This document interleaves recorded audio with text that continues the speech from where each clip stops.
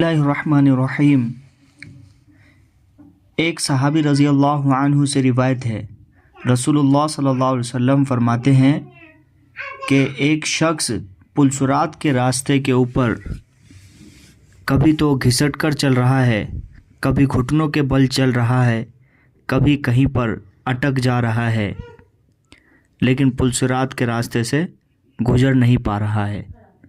इतने में ही उस शख्स ने जो दरूद दुनिया में पढ़ा था वो आप सल्लल्लाहु अलैहि वसल्लम तक पहुंचता है, और उस दरूद पढ़ने की बरकत से अल्लाह रब्बुल इज़्ज़त उस आदमी को पुलसरात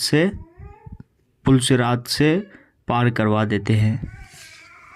इसलिए बहुत ज़रूरी है कि दरूद शरीफ चलते फिरते उठते बैठते पढ़ते रहना चाहिए, और कम से कम दिन भर में 1000 मरतबा दरूद ज़रूर पढ़ना चाहिए।